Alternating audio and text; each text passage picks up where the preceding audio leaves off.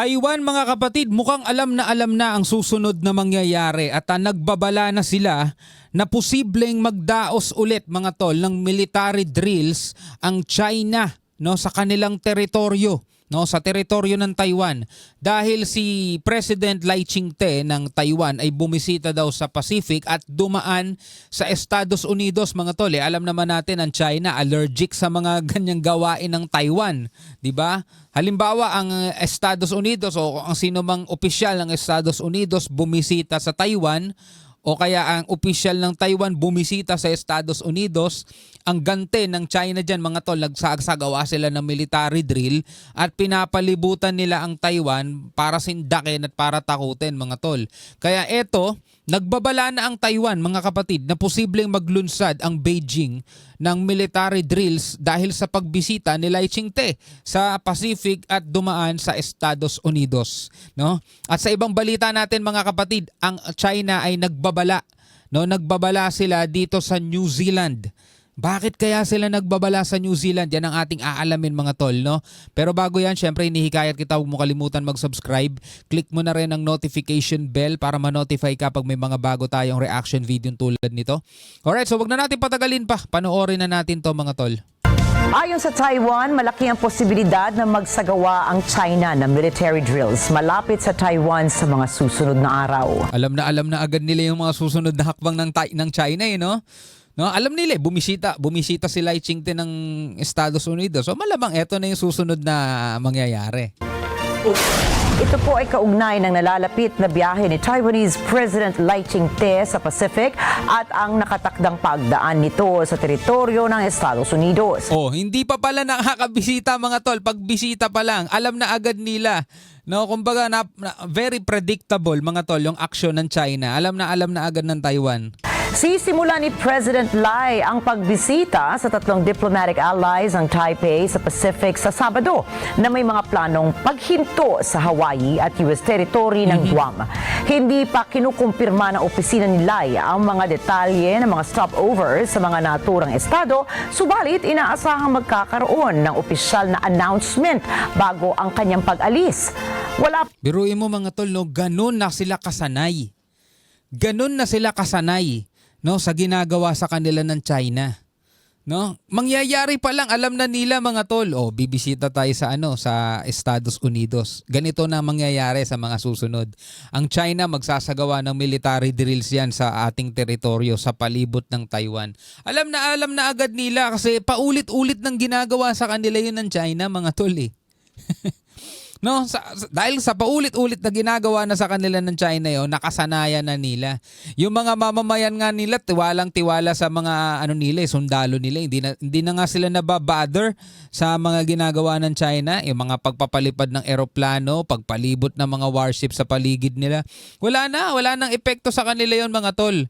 Eto, tingnan mo, mangyayari pa lang na pagbisita ni President Lai Ching-te sa mga allied countries nila mga tol. Alam na agad nila kung ano yung magiging next step ng China.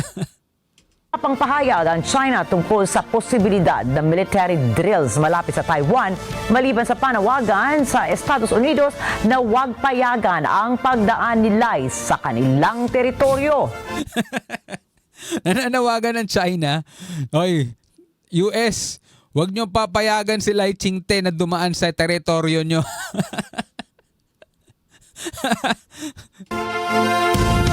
Okay, kita natin mga tol kung gaano sila kaparanoid. Eto, mukhang gano'n na naman din ata. Eto, mula naman to sa UNTV News mga tol. Nagbabala ang China sa New Zealand na wag sumali sa AUKUS. Ano yung AUKUS mga tol? Australia, United Kingdom, US. Nagbabala sila na masisira daw ang relasyon ng China at New Zealand. Biruin mo mga tol, wag mong kakaibiganin yung mga yan. Kalaban ko yung mga yan. Kundi magkakagalit tayo. Parang ganun ang datingan mga tol. Eto, basahin natin dito sa report.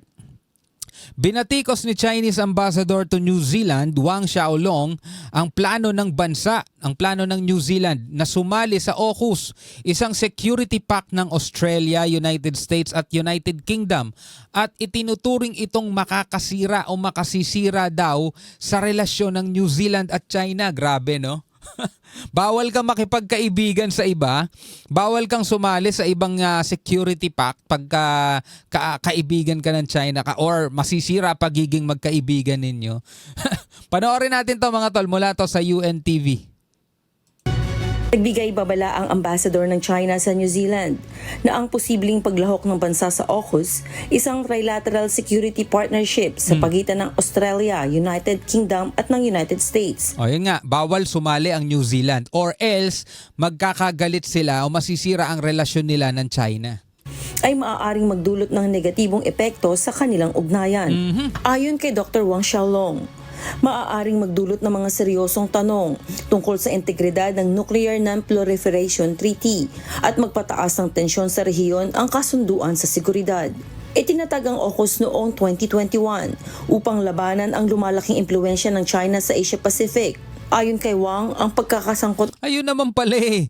Kaya ayaw pasalihin ng China mga tol etong yung New Zealand dito sa AUKUS na to kasi yung mismong AUKUS itinayo para labanan ang lumalaking impluensya ng China mga tol. ang lumalaking impluensya ng China sa Asia-Pacific. Ayon kay Wang, ang pagkakasangkot ng New Zealand sa kasunduang ito ay maaaring magdulot ng pinsala sa relasyon nito sa China. Ayon naman kay New Zealand Prime Grabe, gano'n nakaparanoid mga tol ng China, no? Tindi. Kailangan talaga malakas ang impluensya nila. Pag ikaw sumali ka sa AUKUS na yan, galit na tayo, gano'n ang datingan. Minister Christopher Lacson, hindi pa tiyak kung sasali ang bansa sa AUKUS dahil patuloy pa itong pinag-aaralan ng pamahalaan. Early Briones. Hindi pa naman pala sure. Pero nagbabala na ang China, mga tol. New Zealand. Hoy New Zealand, huwag kang sasali dyan. Pag sumali ka sa AUKUS na yan, dyan sa security pact na yan ng Australia, United Kingdom at US, wala, sira na relasyon natin. Ganun katindi mga tol, no? So kita naman natin mga tol, Taiwan, kabisado na kung ano galawan ng China. New Zealand, binalaan ng China kasi mga tol talaga gusto ng China, impluensya nila kalat sa buong mundo mga tol. No, sa ibang balita naman mga kapatid, eto nga yung lumalaganap na video ngayon sa social media mga tol. Hindi ko alam kung dapat tayong maniwala o dapat kang maniwala pero ito'y report na yung mga nagrally daw mga tol na doon sa EDSA Shrine, ng mga supporters daw ni VP Sara ay mga nabayaran lang at nahakot lang. Pero dito sa balitang panonoorin natin mga tol, itinatanggihan yung alegasyon na yan, itinatanggi ng mga rallyista. Panoorin na lang natin to mula pa rin sa UNTV News. There are some videos na lumalabas po, if I may share again, na yung iba po doon, allegedly, again, let me reiterate, allegedly, were transported from their barangays papunta po doon sa lugar. Hinakot at binayaran. Ito ang naging pahayag ng Philippine National Police hinggil sa mga dumalo sa pagtitipon ng ilang sumusuporta sa pamilya Duterte nitong Martes ng gabi sa EDSA Shrine. Ayon kay PNP Public Information Office Chief Police Brigadier General Jean Fajardo, base sa mga kumakalat sa social media, pinangakuan ang mga dumalo ng tig 500 pesos, subalit 200 lamang ang natanggap ng mga ito. Naku! Pinangakuan daw po na babayaran po sila at pakakainin po. In fact, yung iba po sa kanila ay nagreklamo dahil allegedly ang pangako sa kanila ay bibigyan sila ng 500 for 3 days pero ang ibinigay lang ay 200. It was documented. Tinutulan naman ng mga rallyista ang pahayag na ito ng PNP at binigyang diin na hindi sila bayaran. Parte na yan ng black propaganda. Hindi naman talaga maiaalis eh. There's always a black propaganda for the Duterte side. Siyempre, ang sasabihin ng kabila is bayaran. So, hindi po totoo yun. Walang katotohanan sa balita. Mga black propaganda lang po yun. So, Basta hindi tayo huhusga dyan. Basta ang masasabi lang natin mga kababayan, sa mga kababayan Pilipino, huwag kayong papagamit. Kahit kaninong side yan, Marcos man yan, Duterte man yan, Dilawan man yan, kayong papagamit mga tol. Hayaan nyo sila maglaban-laban kasi kailangan nila ng puwersa. Yan ang lakas nila eh. Kailangan nila yung puwersa mga tol. Saan nila kukunin yun? Sa taong bayan. Tapos kapag nakahakot na ng mga tao, bayad man yan o hindi, mga tol, sasabihin nila, o panawagan ng taong bayan, o, di ba? Paano ito na ang sigaw ng taong bayan? Ito na ang sigaw ng mga Pilipino, di ba? Nilahat na. Lahat na ng Pilipino, di ba? O, ito ang sigaw ng mga Pilipino, ito sigaw ng taong bayan. Di ba? Yun ang puwersa, mga tol, ng mga politiko. Kaya bilang isang Pilipino, mga tol, isipin mo naman, napakarami ng presidente, napakarami ng vice president, napakarami ng mga politiko ang dumaan sa ating bansa. Ikaw pa rin naman na makakapagbago sa sarili mo, di ba? Hindi naman sila. Ang dami ng pangakong napako, papagamit ka pa rin ba? So, yun po yung masasabi ko sa mga naninira. Dapat hanggang doon ka lang bumoto ka, tapos. Bumoto ka tapos, huwag ka nang umasa pa sa mga pangakot mga sinasabi nila. Kung magagawa nila, goods. Kung hindi, move on ka sa susunod na presidente, di ba? Ang mahalaga, kumilos ka na lang ng naayon sa ano mo, no, ayon sa sarili mong kakayanan. Ako nga, sa totoo lang, ever since 2016 and up to now, sarili kong pera ang pinamamasahe ko. Walang nagbabayad sa amin. This is a voluntarism lang talaga. Wala pong nag-audio na punta ka doon, ito yung pamasahe mo. Wala pong ganun. Ayon pa sa grupo, kusang loob silang nagtungo sa EDSA Shrine at hindi sila aalis sa lugar hanggat hindi bumababa sa pwesto si Pangulong Ferdinand Marcos Jr. Aba, matindi yun, mga tol. Matindi yun, hindi daw sila aalis sa EDSA Shrine hanggat hindi bumababa ang presidente, mga tol. Parang ano yun medyo matindi-tinding kahilingan yun, mga tol. No? Talagang gugugol ka ng ano mangyayari sa'yo. Siyempre, mauubusan at mauubusan yun. Hindi ka nagtatrabaho, nakatambay ka lang dyan. Siyempre, malabo na yun, mga tol. Wala mag-i-sponsor sa'yo, pangkain mo. Diba? Pangkain mo dyan, panginom ng tubig, pamalit ng damit. Kasi hindi daw sila aalis hanggat hindi nagre-resign hindi bumababa sa pwesto si BBM, mga tol. Paano yun? Paano sila kakain? Paano sila, hindi naman sila nagtatrabaho, nandiyan lang sila, nagrarally. Siyempre, merong magbibigay ng sponsor dyan. Diba? Jr. Talagang Balikan natin yung sabi, Kusang loob silang nagtungo sa EDSA Shrine at hindi sila aalis sa lugar hanggat hindi bumababa sa pwesto si Pangulong Ferdinand Marcos Jr. Diba? Ang tindi nun, mga tol. talagang hanggat nandyan si Bongbong Marcos, hindi po kami titigil. Talagang dito lang po kami. Kasi itong laban na to, hindi po ito Marcos Duterte. Di hanggang 2028 sila dyan, mga tol. Anong buwan, matatapos na 2024, mag-2020. 3 taon sila dyan, mga tol. Paano yun? Diba? Yung iba dyan, nagtatrabaho. Balikan natin. Tingnan natin tong iba. Mga nakuhanan ng video kanina. Diba? Kusang loob silang Itong mga to, paano mabubuhay yan? Diyan lang daw sila hanggat di bumababa si BBM, hindi nagre-resign. Paano yung, alang hindi sila kumain? Syempre kakain yan, mga yan. Papalit ng damit yan. O kung meron kang pamilya, mag-iintay sa'yo. Kung may anak ka, kailangan mong pag-aralin.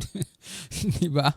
nagtungo sa EDSA Shrine at hindi sila aalis sa lugar hanggat hindi bumababa sa pwesto si Pangulong Ferdinand Marcos Jr. Pwede ba yon? Walang maglalabas ng pera, walang magbabayad. Diyan lang kayo hanggat di nagre-resign si BBM o hanggat nandiyan si BBM. 2028, walang magbabayad. Talagang hanggat nandyan si Bongbong Marcos, hindi po kami titigil. Talagang dito lang po kami. Kasi itong laban na to, hindi po ito Marcos Duterte. Laban ito ng bawat Pilipino. Hindi daw siya laban ng Marcos at Duterte pero nakasuot siya ng nakasuot siya ng Duterte. Laban ng mga Pilipino. Dapat nakasuot ka lang ng watawat ng Pilipinas, di ba? Samantala, kinumpirma naman ni Police Brigadier General Jean Fajardo na mahigpit ang pagbabantay ng PNP sa pagtitipon dito sa EDSA Shrine. Subalit ipinapaubaya na aniya sa pamunuan ng NCRPO kung magtataas sila ng alerto. Mia Alonso, UNTV News and Rescue. Again mga tola, pag ikaw ay sumama sa rally ka man ng grupo ni BBM, mahirap paniwalaan na hindi ka makakatanggap ng kahit magkano dyan. Siyempre, iwan mo yung sarili mong buhay. Tatambay ka lang sa kalye, magsisisigaw, alangan nang hindi ka pakainin dyan. Diba? hindi ka bigyan ng maiinom. Oh. 'Di ba? Bahala ka sa buhay mo kung gusto mong sumali sa rally, sa panig man yan ni Marcos o sa panig man ni Duterte yan. Bahala ka, pero maniwala ka. Magagamit ka lang ng mga pansariling interes ng mga yan. Kaya mas maganda ay manood ka na lang ng balita, manood ka na lang ng reaction video, tapos tuloy ka pa rin sa buhay mo, tuloy ka pa rin sa trabaho mo, di ba? Anyway, bilang isang Pilipino, ano masasabi mo dyan? Comment ka na lamang sa ibaba. Hanggang sa muli, ako nga pala si Shobaldi. Peace out.